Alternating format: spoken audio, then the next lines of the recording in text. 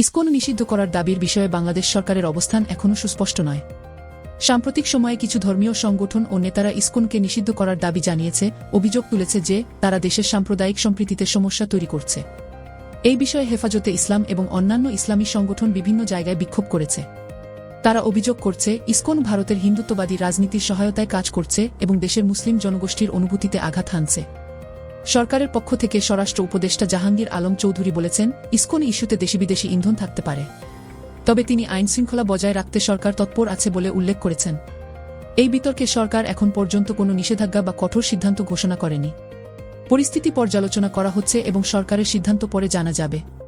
অন্যদিকে ভারত স্পষ্ট করেছে যে তারা বাংলাদেশকে একটি ধর্মনিরপেক্ষ রাষ্ট্র হিসেবে দেখতে চায় এবং আশা করে সংখ্যালঘু সম্প্রদায়ের অধিকার সুরক্ষিত থাকবে।